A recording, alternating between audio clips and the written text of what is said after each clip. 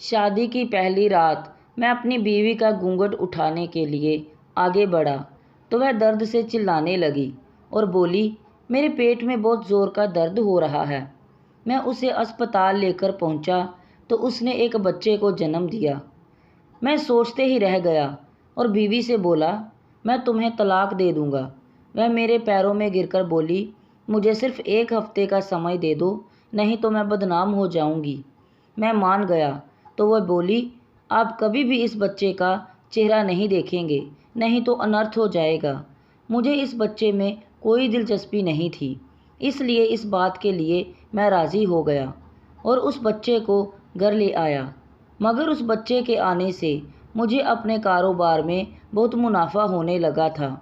मेरे मन में ईर्ष्या पैदा हो गई और मैं सोचने लगा, ज़रा उस बच्चे का चेहरा तो देखूं।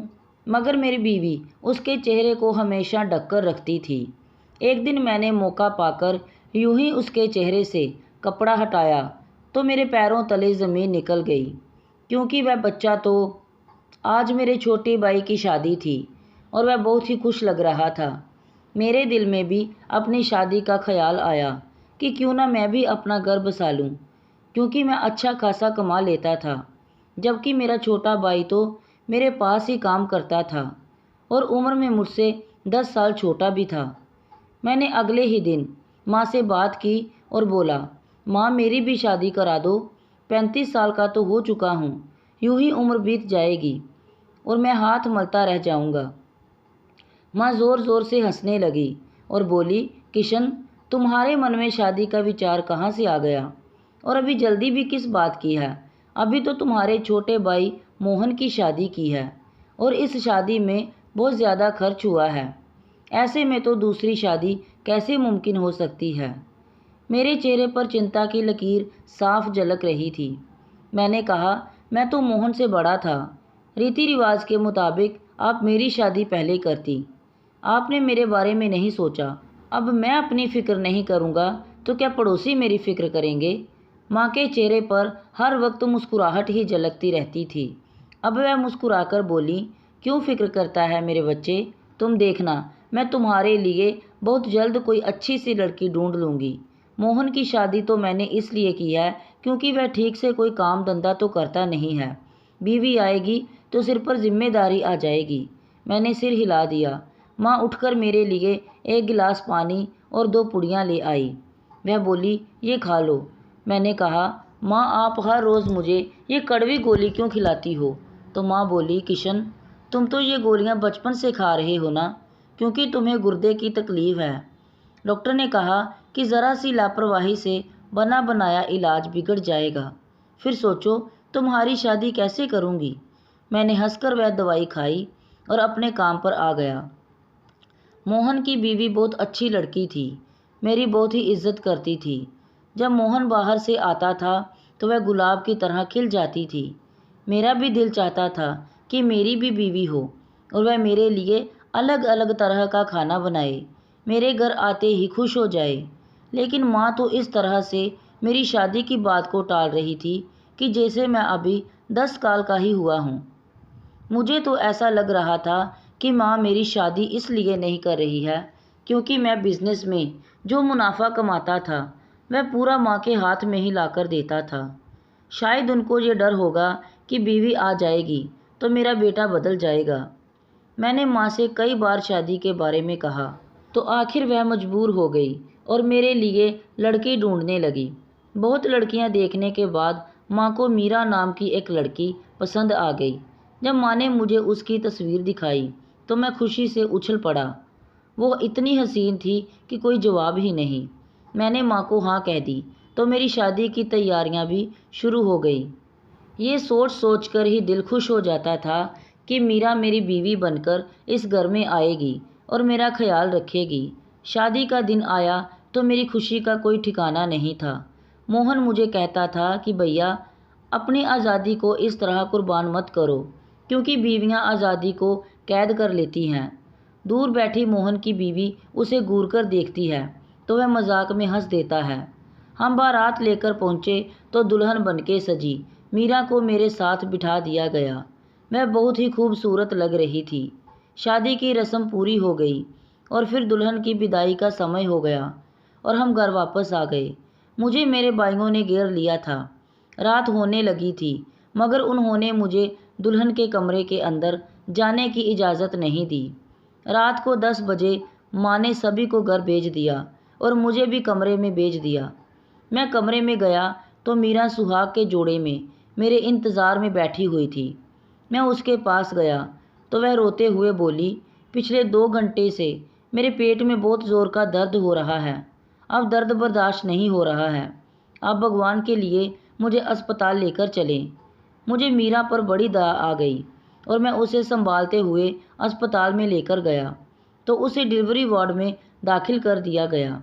ये देखकर मैं हैरान हो गया और सोचने लगा कि ये सब क्या हो रहा है। लगभग 4 घंटे मैं यूं ही बैठा रहा। तभी नर्स आकर बोली, मुबारक हो, आपके घर बेटा पैदा हुआ है। ये बात मेरे लिए बर्दाश्त के बाहर थी। ऐसे कैसे हो सकता था? इतना बड़ा धोखा। वह नर्स मेरी तरफ देखकर बोली, आपकी बीवी आपसे मिलना चाहती है। मैं नर्स के पीछे पीछे चल पड़ा था। बेड पर मीरा आराम से लेटी हुई थी। मेरा दिल कर रहा था कि मैं थप्पड़ मारकर उसकी जान ही निकाल दूं। मैं बोला, मीरा, किसका गुनाह लेकर तुम मेरे घर आ गई हो? तुम्हें ज़रा भी शर्म नहीं आई इतना बड़ा धोखा देते हुए? मैं जानता हूँ कि तुम जैसे धोखेबाजों से कैसे निपटा जाता है। मैं तुम्हें तलाक देकर अभी आज़ाद कर देता हूँ। मेरी ये बात सुनकर मीरा के दिमाग में बिजली सी दौड़ गई। वह उठकर मेरे पास आई और मेरे कदमों में बैठकर रोने लगी और बोली कि मुझे इस तरह अपनी ज़िंदगी से बेदखल मत कीजिए। मैं जानती हूँ मुझसे बहुत बड़ा गुनाह हुआ है, लेकिन आप मुझे इस तरह से दुत्कार देंगे तो मैं कहाँ जाऊँगी? आप मुझे सिर्फ 1 हफ्ते का समय दे दीजिए, तब तक मैं अपने ठिकाने का इंतज़ाम कर लूँगी। अगर आज आपने मेरी इज्जत बचा ली तो क़यामत के दिन तक भगवान आपकी मदद करेगा। मीरा के इन शब्दों ने मुझे हिलाकर रख दिया था। हम अपनी रोज़ की ज़िंदगी में कितने ही गुनाह करते हैं, लेकिन भगवान उससे पर्दा करके हमें बदनामी से बचा लेता है। तो फिर मैं कौन होता हूँ अपनी बीवी को यूँ सरेआम बदनाम करने वाला? मैंने कहा, ठीक है मीरा, बस 1 हफ्ते का वक्त है तुम्हारे पास। मीरा रोते हुए हंस दी थी। फिर बोली, किशन, आप कभी भूलकर भी मेरे बेटे की शक्ल मत देख लेना, नहीं तो अनर्थ हो जाएगा। अब मुझे बीवी के बच्चे से क्या मतलब था जो मैं उसकी शक्ल देखता, इसलिए मैंने मीरा से वादा कर लिया तो वह बिल्कुल बेफिक्र हो गई थी। अब सबसे ज़्यादा डर मुझे अपने घर वालों के सवालों का था कि उनसे क्या कहूँगा कि शादी की पहली रात ही मेरे घर बच्चा कैसे पैदा हो गया। मीरा शायद सोच में डूबी हुई मेरी शक्ल देखकर समझ चुकी थी, इसलिए वह बोली, किशन, आप घर वालों की बिल्कुल भी परवाह मत कीजिए, उन सबको मैं संभाल लूँगी। मीरा की डिलीवरी नॉर्मल हुई थी, इसलिए डॉक्टर ने उसे डिस्चार्ज दे दिया था। हम दोनों सुबह जब घर पहुँचे तो लिविंग रूम में मेहमानों से भरा हुआ था और सब हमें देखकर चौंक गए थे, जबकि फिक्र से मेरा हाल बुरा हो चुका था। माँ जल्दी से आगे बढ़ी और बोली, क्या बात है किशन, तुम लोग कहाँ गायब हो गए थे? मीरा आगे बढ़ी और बोली, माँ जी, रात को अचानक मेरा पानी पूरी खाने का मन हो गया था। मैंने किशन से ज़िद की तो वह मुझे अपने साथ ले गए। फिर हम गार्डन चले गए तो गार्डन के पिछले हिस्से में हमें नवजात शिशु की आवाज़ आने लगी। हमने जल्दी से आगे बढ़कर देखा तो ये नन्हा सा बच्चा चादर में लिपटा हुआ बहुत ज़ोर ज़ोर से रो रहा था। मैं इसे अपने साथ घर ले आई हूँ। लिविंग रूम में मौजूद सब लोगों को मानो जैसे सांप सूंघ गया था।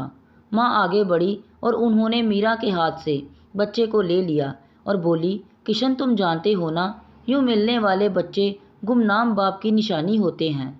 तुम इस बच्चे को अपना नाम और अपना प्यार तो दे सकोगे ना? मैंने नाम में सिर हिला दिया और बोला, मैं कुछ नहीं जानता, ये आपकी बहू का कारनामा है। इतना कहकर मैं अंदर चला गया था। जब सब मेहमान अपने अपने घर लौट गए तो मैंने भी वापस काम पर जाना शुरू कर दिया था। मैंने क्या सोचा था और क्या हुआ था मेरे साथ? बीवी हर वक्त अपने बच्चे में ही बिजी रहती थी और यूं अपने बेटे का चेहरा छुपाती थी जैसे वह कोई और ही हो। मैं परेशान सा रहने लगा, जबकि मोहन और उसकी बीवी अपनी ज़िंदगी में बहुत खुश थे। मोहन की बीवी पेट से थी। मीरा ने अपने बेटे का नाम शुभम रखा था। माँ भी शुभम के साथ घुल मिल गई थी। और अक्सर मुझे समझाया करती थी कि किशन अगर दिल बड़ा करके इस बच्चे को घर ले ही आए हो तो इससे यूँ दूरी मत बनाकर रखो। नेकी करने के बाद इसे दरिया में मत डालो। मैं माँ की बातों को एक कान से सुनकर दूसरे कान से निकाल दिया करता था। मैं कपड़े की एक बहुत बड़ी फैक्ट्री चला रहा था और मोहन को भी मैंने उसी फैक्ट्री में काम पर रखा था और कुछ महीनों से मेरा काम इतना अच्छा नहीं चल रहा था, मगर अब तो जैसे काम से फुर्सत ही नहीं मिलती थी। मुझे लगने लगा था कि शायद ये सब उस बच्चे के आने की वजह से हुआ है। मीरा का ये बच्चा बहुत अच्छी किस्मत वाला है। मैं अब मीरा को वापस जाने को भी नहीं कहता था कि कहीं फिर मुझे धंधे में नुकसान न सहना पड़े। मेरा दिल कहता था कि मैं मीरा और उस बच्चे को अपना लूं, मगर दिमाग इस बात के लिए राज़ी नहीं होता था। मैं इस किस्म की औरत के साथ हरगिज़ आगे की ज़िंदगी नहीं गुजार सकता था, जो शादी से पहले ही बच्चे को जन्म दे चुकी हो। मैं शाम को जब काम से घर लौटा तो मीरा ने रो रो कर बुरा हाल करके रखा था। वह बोली, शुभम बहुत बीमार है, उसे डॉक्टर के पास लेकर जाना है। मैं उन दोनों को डॉक्टर के पास लेकर गया तो डॉक्टर ने दवाई दी और घर वापस भेज दिया। बच्चा दवाई पीकर सो गया था। मुझे भी नींद आ गई थी। ना जाने मैं कितनी देर यूं ही सोता रहा। फिर मेरी आंख शुभम के रोने से खुली थी। मैं उठकर बैठ गया तो मीरा को इधर उधर तलाश करने लगा, मगर वह कमरे में नहीं थी। मैंने बच्चे को देखा तो वह अपने चेहरे पर पड़े कपड़े की वजह से परेशान हो रहा था। वह उस कपड़े को अपने नन्हे नन्हे हाथों से हटाने की कोशिश कर रहा था, लेकिन उसमें कामयाब नहीं हो रहा था। पहले तो मैंने सोचा मीरा को बुला लेता हूँ, मगर फिर ख्याल आया ऐसे छोटे बच्चे से क्या दुश्मनी कि उसके चेहरे से कपड़ा भी ना हटा पाऊँ। मगर फिर मीरा की कही हुई बात आज फिर मेरे कानों में गूंजने लगी थी कि तुम बच्चे की शक्ल मत देखना, नहीं तो अनर्थ हो जाएगा। मैंने सिर झटक दिया और सोचा जो होगा देखा जाएगा, और मैंने हिम्मत करके बच्चे के चेहरे से कपड़ा हटा दिया। ये देखकर तो मेरे कदमों तले से ज़मीन ही निकल गई थी, क्योंकि वह तो मेरे जैसा था। ऐसा लग रहा था जैसे शुभम मेरी ही फ़ोटोकॉपी हो। इतने में मेरे कमरे का दरवाज़ा खुला और मीरा अंदर आ गई। वह मुझे और शुभम को एक साथ बैठा देखकर हक्का बक्का रह गई थी। वह भागती हुई मेरे पास आई और बोली, आपने ये क्या कर दिया? मैं उसकी तरफ देखता ही रह गया और बोला, मीरा मुझे ये बताओ, ये बच्चा किसका है? तुमने मुझसे शादी से पहले कब और किससे शादी की थी, या फिर शादी के बिना ही जन्म दिया है इसे? मैं एक एक बात जानना चाहता हूँ। मीरा बोली, किशन आप सच बर्दाश्त नहीं कर पाएंगे। मैं गरज कर बोला, जब मैं शादी के पहले ही रात को जन्म लेने वाले बच्चे को बर्दाश्त कर सकता हूँ तो यकीन मानो मैं कुछ भी बर्दाश्त कर सकता हूँ। मीरा गहरी सोच में पड़ गई। ऐसा लग रहा था कि मानो फैसला नहीं कर पा रही थी कि सच बताए कि झूठ, और फिर हिम्मत करके बोली, किशन ये बच्चा आपका है। मैं हंस पड़ा और बोला, मीरा मुझे मालूम है तुम जैसी औरतें इसी तरह से जवाब देकर बात को दूसरे पर थोपना चाहती हैं, लेकिन मैं अब कोई भी बकवास नहीं सुनूंगा। मैं सब कुछ सच सच जानना चाहता हूँ, और याद रखना अगर तुमने झूठ बोला तो मैं तुम्हें तलाक दे दूंगा। मीरा रोने लगी और बोली, किशन आप मुझ पर यकीन करें, ये सच में आपका ही बच्चा है। मुझे मीरा अच्छी लगने लगी थी, इसलिए मैंने कभी उसकी मर्जी के खिलाफ सवाल नहीं पूछा था, लेकिन आज मैंने ये सवाल पूछ लिया था तो उसका झूठ सुनकर तो मैं दंग ही रह गया था। मीरा तुम एक जीते जागते इंसान पर झूठा इल्ज़ाम कैसे लगा सकती हो? तुम यकीन करो मैं जितना प्यार तुमसे करता था उतना ही प्यार हमेशा करूँगा, मगर एक शर्त है, तुम मुझे सब कुछ सच सच बता दो। मीरा रोते हुए बोली, किशन मैं आपसे झूठ नहीं बोल रही। मेरा दिमाग घूमने लगा था। मैं उसे कमरे में छोड़कर बाहर आ गया और सोचने लगा कि कितनी प्यारी और मासूम सी लगने वाली लड़की कितनी चालाक निकली है। मैं तो यहाँ तक सोचने लगा था कि जिस लड़की ने 9 महीने तक अपना पाप अपने माँ बाप और दूसरे लोगों से छुपाकर रखा था, वह तो सब कुछ कर सकती थी। मैं फैसले की घड़ी तक पहुँच चुका था। मैंने पक्का इरादा कर लिया कि मैं मीरा को तलाक दे दूँगा, क्योंकि झूठे इंसान पर ज़रा सा भी भरोसा नहीं किया जा सकता। इंसान की सिर्फ ज़ुबान ही सब कुछ होती है। जब वह अपनी ज़ुबान की कही पास ना कर सके तो पीछे बचता ही क्या है। लेकिन शुभम वह मेरे जैसा क्यों था? उसकी शक्ल मुझसे इतनी क्यों मिलती थी? मैं अपनी सारी दोस्तियां याद करने लगा था। कॉलेज के ज़माने से मेरी कई लड़कियों के साथ दोस्ती रह चुकी थी, लेकिन असल में तो वह सिर्फ अच्छे दोस्त थे और कुछ नहीं थे। अब 5-6 सालों से मैंने किसी लड़की से बात नहीं की थी। फिर ये सब कैसे मुमकिन हो सकता है? ये भी तो हो सकता था कि मीरा सही कह रही हो, मगर कैसे? मैंने सोच लिया था कि जैसे ही मेरे सामने मीरा का सच आ जाएगा, मैं उससे अलग हो जाऊंगा। रात को जब मैं घर लौटा तो मैंने मीरा की तरफ ध्यान ही नहीं दिया और सोने के लिए लेट गया। शुभम सारी रात रुक रुक कर रो रहा था। मीरा ने मुझे 4 घंटे पहले झंझोड़ा था। वह गुस्से में बोली, पहले तो आपको मालूम नहीं था कि ये बेटा आपका है। जब अभी मालूम पड़ ही गया है तो आपसे मुझे इस तरह के बर्ताव की उम्मीद ही नहीं थी। ये बच्चा सारी रात बुखार से तपता रहा, मगर आपको उस पर ज़रा सी भी दया नहीं आई। मैं गुस्से से बोला, दवा पिला दो उसको और मेरा सिर मत खाओ। मीरा बोली, सारी रात 4-4 घंटे बाद मैं इसे दवा पिलाती रही हूँ, मगर इसका बुखार उतरना होता तो कब का उतर गया होता। आप हमें अस्पताल लेकर चलो। मुझे बच्चे पर तरस आ गया तो मैं उन दोनों को अस्पताल लेकर पहुंचा। नर्स ने उसका इलाज करना शुरू कर दिया। 2 घंटे बाद उसका बुखार उतर गया था। डॉक्टर ने दवा देकर उसे डिस्चार्ज दे दिया। मेरे दिल में विचार आया कि क्यों ना मैं इस बच्चे का डीएनए टेस्ट ही करवा लूं। अगली बार जब मीरा बोलेगी कि शुभम तुम्हारा बेटा है, तो ये मैं उसके मुंह पर दे मारूंगा। तब तो उसे मजबूर होकर सच बताना ही पड़ेगा। मैंने मीरा से छुपकर उस बच्चे का डीएनए टेस्ट भी करवा लिया। रिपोर्ट कल मिलने वाली थी। हम घर पहुंच चुके थे और शुभम के बुखार का जोर अब टूट चुका था। वह सारा दिन आराम से खेल रहा था। मैं कल का बेसब्री से इंतज़ार कर रहा था और आखिरकार इंतज़ार की घड़ियां ख़त्म हो गईं और नए दिन का सूरज निकल आया। सुबह 10 बजे मुझे लैब से कॉल आ गई कि आप आकर टेस्ट की रिपोर्ट ले जाएं। मैं धड़कते दिल के साथ लैब में पहुंचा। वह रिपोर्ट पढ़ने के बाद मैं अचरज में पड़ गया था। मेरा और शुभम का डीएनए मैच हो गया था। ये साबित हो चुका था कि वह मेरा बेटा है। मेरा दिमाग घूमने लगा था। जब जरा सा संभला तो घर के लिए निकल पड़ा ताकि मीरा से पूरी हकीकत जान सकूं। मैं जब घर पहुंचा तो माँ और मीरा साथ में बैठकर किसी के बारे में बात कर रही थी। मुझे देखकर चौंक गई।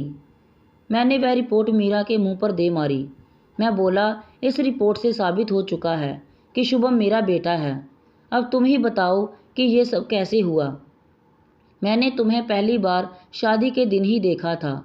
उससे पहले मैं तुम्हें जानता तक नहीं था। फिर ये सब कैसे हुआ? माँ बोली, किशन ये रिपोर्ट सच है, तुम इसके बाप हो। मैं माँ की तरफ बड़ी हैरानी से देखने लगा और बोला, आप भी इसके साथ इसके झूठ में शामिल हैं? मेरे सिर में ज़ोर से दर्द होने लगा था। मुझे चक्कर आने लगे और मैं चक्कर से नीचे गिर गया।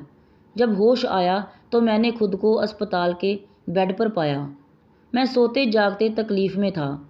ऐसा लग रहा था कि जैसे मैं गाड़ी चला रहा हूँ। कोई तेज़ ट्रक मेरी गाड़ी से टकराया था और फिर शोर ही शोर था। मुझे अस्पताल लाया गया था।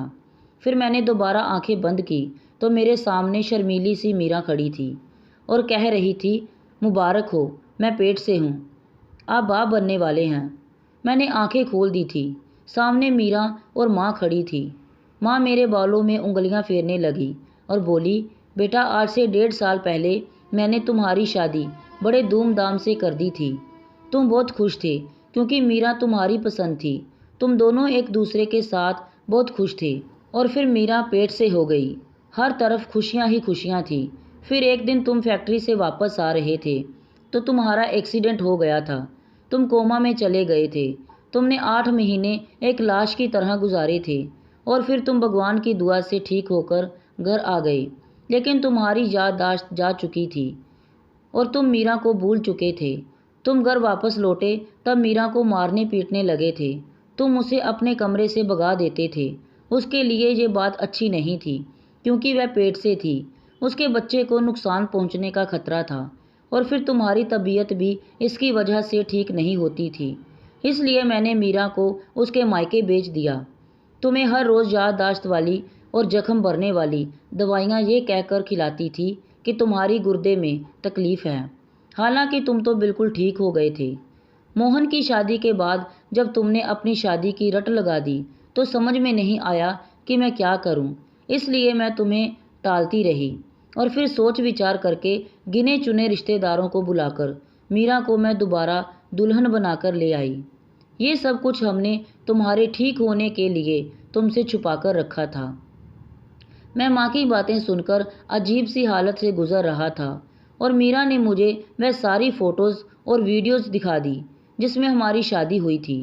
मैं कोमा में था और ये सब भगवान की कृपा थी जो मैं कोमा से बाहर निकल आया था।